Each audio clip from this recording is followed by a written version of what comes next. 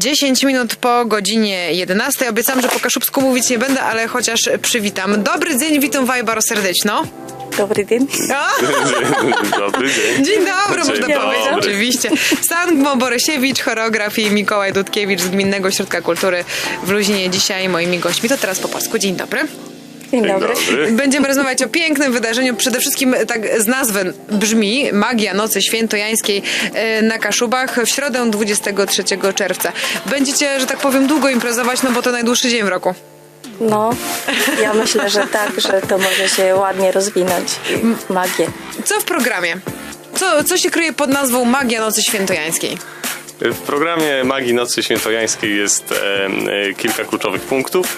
Przede wszystkim podział całego wydarzenia na część taką warsztatową, pokazową, gdzie uczestnicy, rodziny z dziećmi będą mogły zapoznać się z elementami tradycji kaszubskiej, słowiańskiej i staropolskiej. Chcecie powiedzieć, że to się wszystko da ładnie połączyć? Ja uważam, że tak, bo sztuka plus magia, plus dużo szczęścia, wiary i chęci czyni cuda, a jest on od cudów. Szukamy też paproć. Nieważne, czy po słowiańsku, czy po kaszubsku, czy w jakiejś innej ludowej tradycji.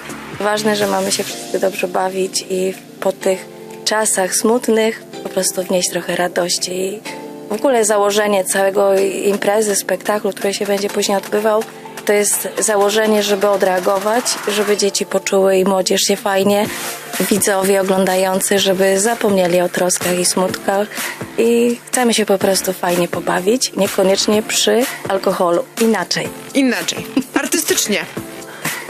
Artystycznie. Tak? Zgadza się. Impreza zaczyna się 23, czyli jest to środa w przyszłym tygodniu o godzinie 18:30.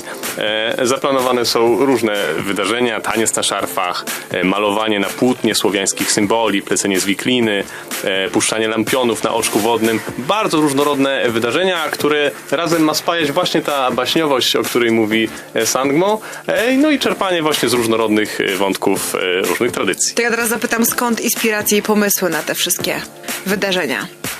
Długa historia, długa opowieść, pewnie by czasu antenowego zabrakło. Inspiracja to jest to, że po pierwsze kocham tradycję słowiańską, którą się zajmuję już od lat.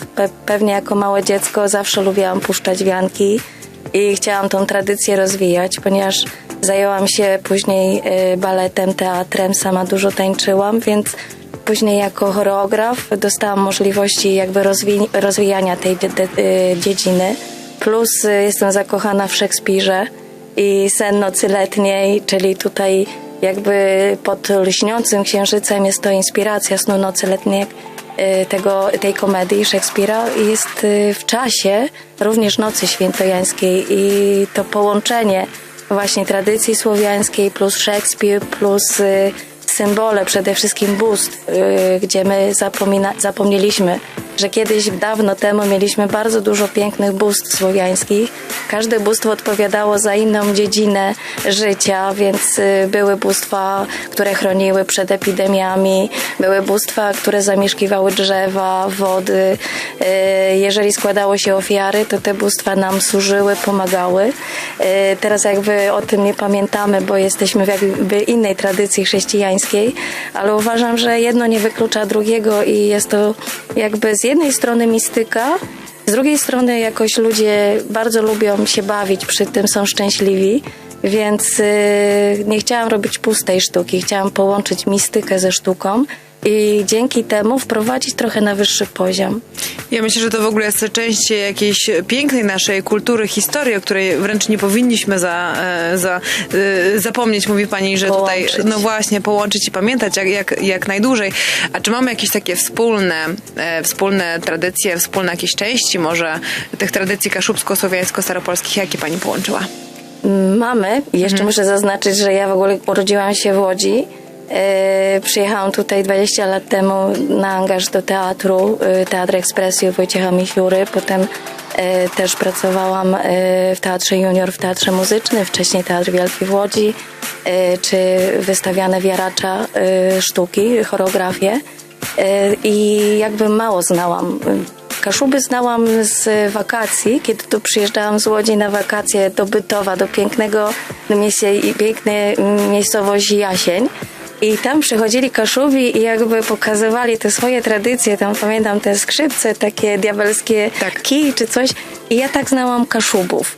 I generalnie, no fajne, ale nie do końca mnie to przekonywało. Dopiero jak zaczęłam tutaj mieszkać, dowiedziałam się, że Kaszubi mają głębsze korzenie ze słowiańszczyzną niż sami Polacy. I zaczęłam wtedy wertować, jakby poszukiwać. I okazało się, że na przykład jest dużo, że Kaszubi byli Słowianami i jest na przykład takie bóstwo słowiańskie jak Polnica. Po kaszubsku mówi się Pólnica. Polnica. Nie wiem, tak, nie wiem, czy dobrze Zgadza mówię. się. I okazuje się, że to jest tak naprawdę nie wiadomo, czy słowiański, czy kaszubski zwyczaj, ale te piękne boginie po prostu wprowadzały urodzaj, pojawienie się ich wprowadzało urodzaj na polach i w gospodarstwach. Tak samo jest przepiękny zwyczaj, trudno, że przepiękny. Dla mnie był dramatyczny, ścinanie kani. Tak. I ja stwierdziłam, że jako twórca mogę odwrócić ten zwyczaj, że dlaczego to ma być kozioł ofiarny, dlaczego mamy ścinać tą kanię. My zrobimy białą kanię. Po prostu pokażemy, że dzieci, kania leci, że to było straszenie, ale to jest typowo zwyczaj kaszubski, który mi się spodobał. I nie robimy tym razem ścinania kani, tylko pokazujemy że kiedyś na wsiach, żeby dzieci były grzeczne i nie wariowały, no to mama, która była zajęta w gospodarstwie, dzieci, kania leci, uspokójcie się i dzieci szybko do domu wracały. Więc wydaje mi się, że to są przepiękne zwyczaje, które warto kultywować, niekoniecznie ścinając ją. Sangmo Borysiewicz, choreograf i Mikołaj Dudkiewicz z Gminnego Ośrodka Kultury w Luzinie. Dzisiaj są gośćmi Radia Kaszebę, zaraz wracamy do rozmowy.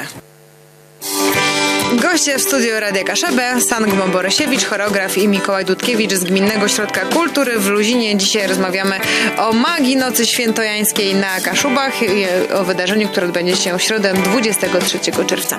Panie Mikołaju, może by tak troszkę o harmonografię, o choreografię chciałam powiedzieć, zapytamy za chwilę, ale jak zaczynamy, o której zaczynamy? Harmonogram jest bardzo prosty. Przede wszystkim chciałbym tu podkreślić, że nasz dyrektor Gminnego Ośrodka Kultury w Luzinie, pan Rafał Płotka, wpadł na taki pomysł, żeby te wszystkie komponenty właśnie tych tradycji kaszubskich, słowiańskich, staropolskich połączyć. I o 18:30 zaczyna się wszystko. Mamy część taką warsztatową, gdzie dzieciaki będą mogły na przykład pobawić się w rzucanie podkowami, starsze dzieci w bitwie na szable piankowe lub rzucanie do tarcz. Będzie także zaplanowany spektakl taki teatralny, taki mały, Teatru Zynk pod tytułem Zorno w ziemi Borowców. Wykona go właśnie wspomniana grupa Zynk i grupa Biersztuba, którą także prowadzi GOK, ale kluczowym tym właśnie kulminacyjnym punktem całej imprezy będzie spektakl pod lśniącym księżycem, o którym już wspomniała Sangmo Borysiewicz, o godzinie 20:30. Kto zagra w spektaklu?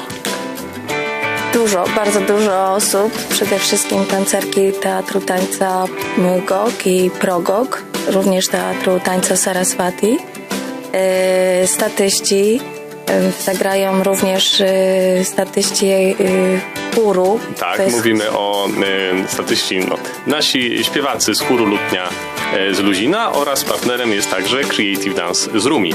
Także mamy dosyć dużo partnerów, dużo takich grup, które tworzą właśnie, co tworzą Sangmo, że ja tak przejmę tą rolę. Tworzą komedię baletową, tak jak już wspomniałam wcześniej, pod lśniącym księżycem, inspirowane komedią Sen Nocy Letniej Williama Shakespeare'a.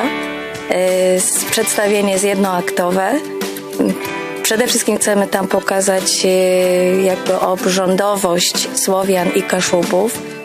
Wprowadzamy też w klimat jakby Nocy Świętojańskiej i opowiadamy historię Oberona i Tytanii, jak i również różnych bóstw i dziwadeł leśnych. Ale przede wszystkim zależało mi też, żeby zniszczyć granicę pomiędzy sceną a widownią. Dlatego pomysł jest taki, żeby ludzie, którzy będą przechodzić, rodziny, również czuli się aktorami i tancerzami tego wydarzenia. I od samego początku do 18:30 zachęcamy wszyscy, oczywiście, żeby widownia ubierała się w słowiańsko-kaszubskie stroje.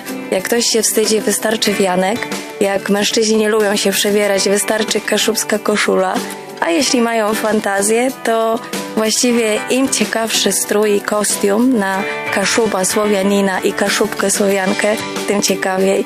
dzieci, które też będą oglądać i z doświadczenia wiem, że też będą chciały zaistnieć na scenie. Oczywiście na tę scenę w czasie spektaklu nie będzie można wejść, ale nie będą się czuły jako widownia, tylko mogą się też poczuć jako uczestnicy oglądając, kiedy będą przebrani w te piękne wianki. Oczywiście jest wcześniej do 18:30 specjalnie wymyślone miejsce, gdzie będą kwiaty, gdzie będzie można przyjść już przebranym i wyplatać wianki. Potem, żeby nawiązać do kwiatu paproci, będą szli do drugiego punktu, gdzie będą słowianki i tam będzie puszczanie lampionów szczęścia, czyli najładniejsze wianki, ponieważ mamy tylko 60 lampionów, bo oczko wodne nie jest za duże, to najładniejsze 60 wianków w nagrody będzie można puścić lampion spełniający życzenie i on aż do końca spektaklu będzie pięknie oświetlał nam to oczko wodne, które stanie się również od razu scenografią, naturalną scenografią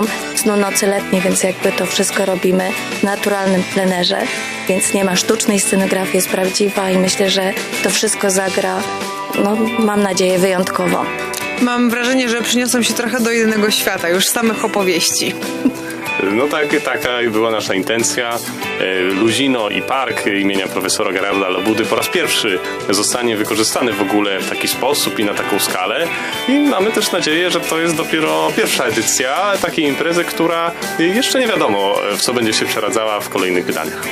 W takim razie będziemy obserwować dalszy rozwój tego historycznego wydarzenia, bo na pewno będzie pięknie i magicznie. Tego Wam oczywiście życzę, żeby wszystko wyszło po Waszej myśli i no mam nadzieję, że spotkamy się przy kolejnych edycjach. Sandma Borysiewicz, choreograf i Mikołaj Dudkiewicz z Gminnego Ośrodka Kultury w Luzinie dzisiaj byli moimi gośćmi. Dziękuję bardzo. Dziękujemy.